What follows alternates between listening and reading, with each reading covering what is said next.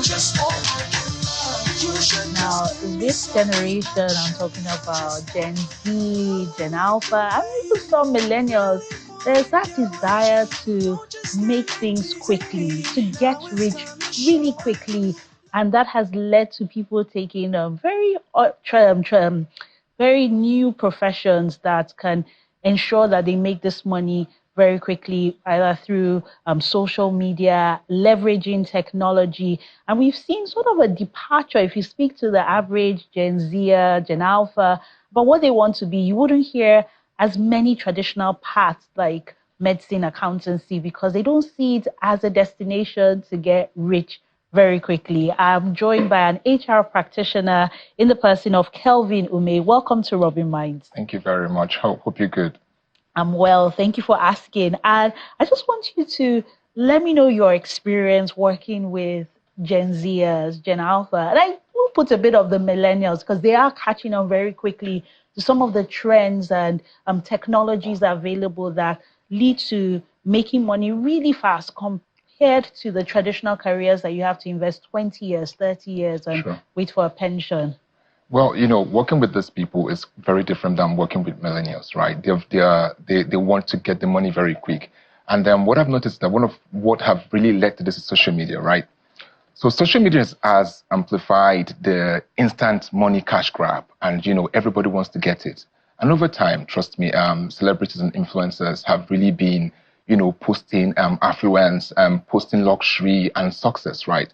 They do not take the time to really tell these people the steps on how to get this done. So everybody wants to get that instant money, right? And this has really caused, people to not follow the traditional means of, work, getting your basic education, work for some time before getting the money, right? Everybody just wants to dive into that quick wealth, and they don't want to mind what it takes to get that money. They just want the quick money. So working with these guys have really just opened my eyes to see that in the nearest future, trust me, we might have a weak economy because not everybody is willing to do 9 to 5. I had someone resign the other day, and I was like, just concerned to saying, why did you resign? So, I'm getting more from my online, from my influence, than I'm getting from work. So I want to dive fully into influencing jobs. So yeah, it's tough. Yeah. Is the goal of work just money making? What happens to fulfillment? What happens to contribution to society? There are some jobs that don't pay as well, but if we should take them away, the society is finished. Let's take, for example, teaching, education. If you're not educated, even to do the online thing, to do the influencing, you're not going to be able to do anything. So there are professions that need to be protected for the economy, and education is just one. We still have healthcare, and I can go on and on. Agriculture, we need to eat. So where do we need to start changing people's understanding of the role of work in relation to society? I think not just the government. I think both influencers and celebrities and everybody needs to put their mouths together to, create this change. Today, I would say an alpha or someone, close to that will tell you if you're not making money, you're not worth it. I think their success today, their glorification of success today is how much you have, what you can purchase, what properties do you have. I think if everybody, not just government, begin to invest in programs where we begin to teach these people that it is very important you work. You don't just work because you want to work. You're working to help people. You're working to save the economy. You're working to save a generation to come. Then it makes it different. Because if you look at what is happening around us, let's say, for instance, everybody in Nigeria today, we're just going to influencing. Imagine what will happen to our economy. We'll have a very big skill gap. Trust me, there will be nobody doing the sewing anymore. There'll be nobody doing the teaching anymore. There'll be nobody doing, even the health sector is going to go down, right? So I think if we all put our voices together, like the very influencers and the celebrities they look up to, because a lot of them look deeply into social media. If we can have some segment, carve out some niche to begin to talk deep to saying education is important. Why you want to be an influencer, you can be an influencer and still be the top teacher you are. You can be an influencer and still be the biggest doctor you want to be. You can be an influencer and still be the biggest banker you want to be. It all depends on how you set these goals. But first, education is one. And then going into that career path you want to go for yourself is the second one. When you get into that, you're doing well, you can now talk about social media, post it, and talk about it. It's very allowed. Do you see that shift happening? Is it because you can do that in Nigeria, but when you look at the West, we still see the glorification of wealth. So you're looking at your Hollywood celebrities and it's how big their house is, their mansion, how many cars they have. You're looking at your musicians and their music videos are filled with luxurious cars, the most beautiful women. So is it enough to just do it here in Nigeria? What happens when we still have social media, we still have the internet where people can consume this consumer-driven culture where wealth is glorified? To be honest with you, I hate to say this because I will tell you, and one of the ways we can really do this is by regulating social media. Right. I so much believe in regulating social media. We need to look at consumerism. What do people even consume? Now, when we begin to look deep into influencers, celebrities, or even brands who put out adverts, who put out content for people to watch, and we begin to tell them you need to bring out reality. We don't want you, if you're going to show us the amount of mansion you have, I would also want you to give us time, explain how you got this, explain the number of years it took you to become this person. And I think the government is the best people to really look deep into this. I think it should be regularized, right? And also look into what people consume. If it is not right for the masses, for the young people, cut it off. It shouldn't be out there.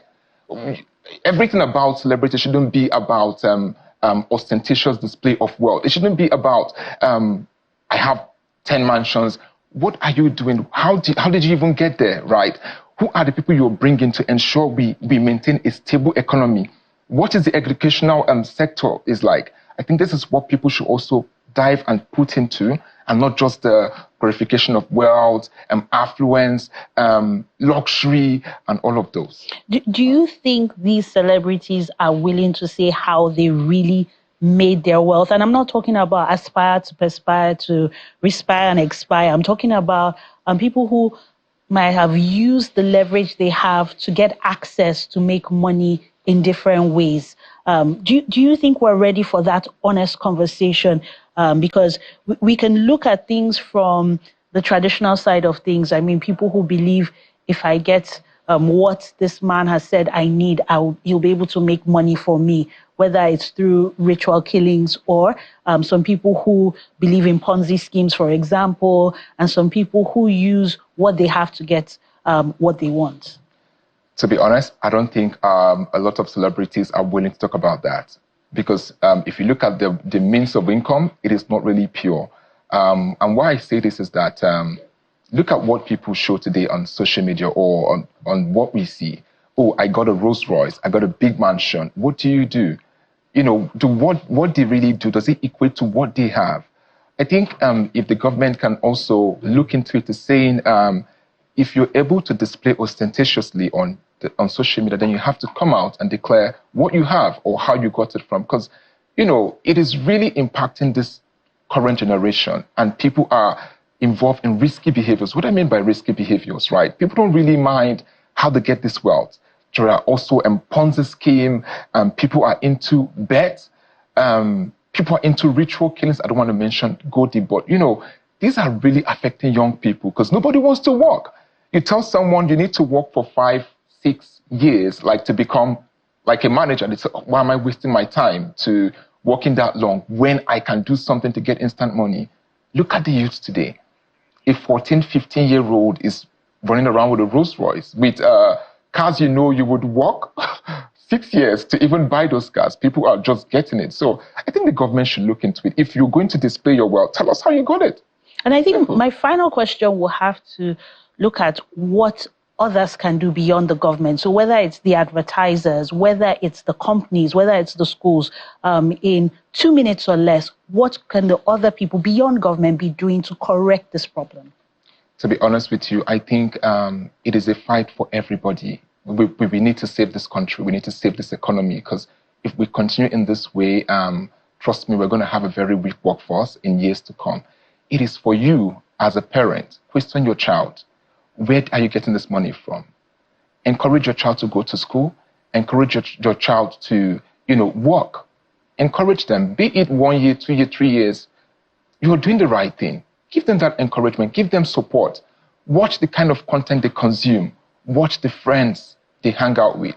As a celebrity, yes, we appreciate you displaying wealth, but as you display wealth, be able to encourage people to say it is not easy. I worked for 10 years to be here. I did these brand deals to get what I have. For churches, don't just collect money from people. Always advise people on the religious path to take. Tell them, how important it is to live a righteous life. I'm not just saying churches. I'm saying also, for the mosque and other traditional means. Advise people. I think if we have like a moral standard where everybody believes in morality, working to get things done the right way, I think there is a head path for us to go. So it's a collective responsibility of government, the private sector, religious leaders, traditional leaders, celebrities, parents, and everyday people like you and I to just ensure that we promote the right values around work and not glorify the display of wealth. Thank you very much, Kelvin, for your contributions on Rubbin'minds. Thank you so much.